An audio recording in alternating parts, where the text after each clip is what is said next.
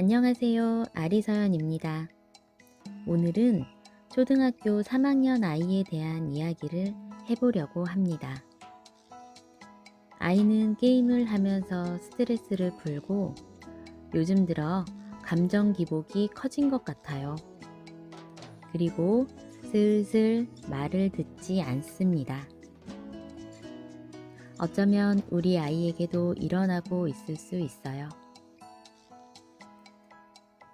어느 날 아이가 이렇게 말합니다. 나는 폭행하는 게임을 하면 스트레스가 풀려. 깜짝 놀라셨죠?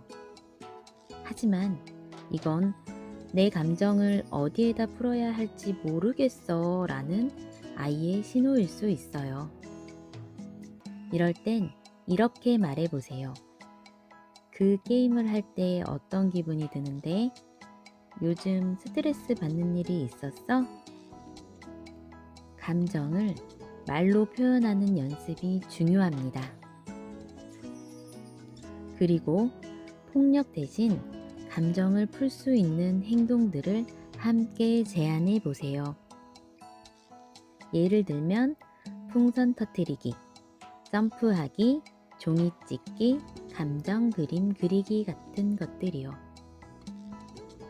중요한 건 게임을 무작정 금지하는 게 아니라 감정을 조절하는 방법을 함께 배우는 것이에요.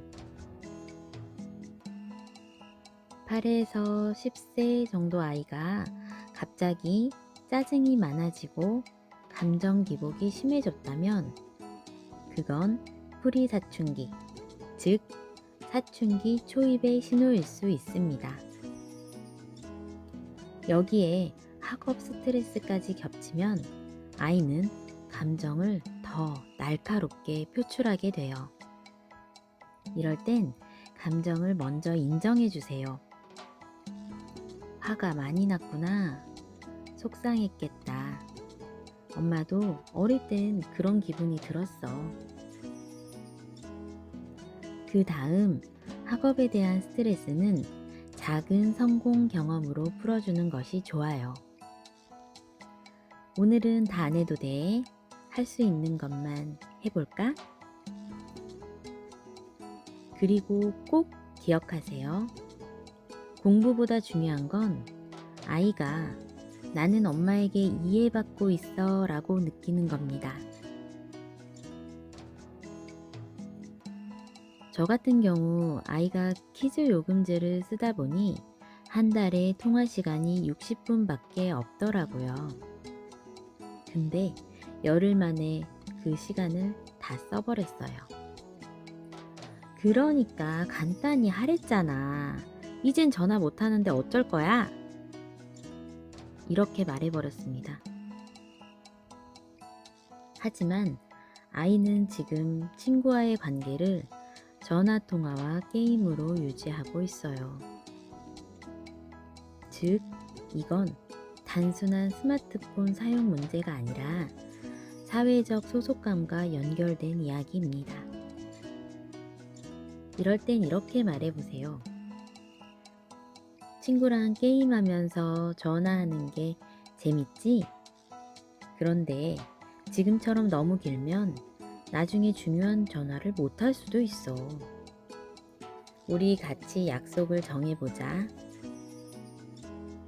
함께 전화 사용 계획표를 만들고 아이가 스스로 선택하게 해주세요.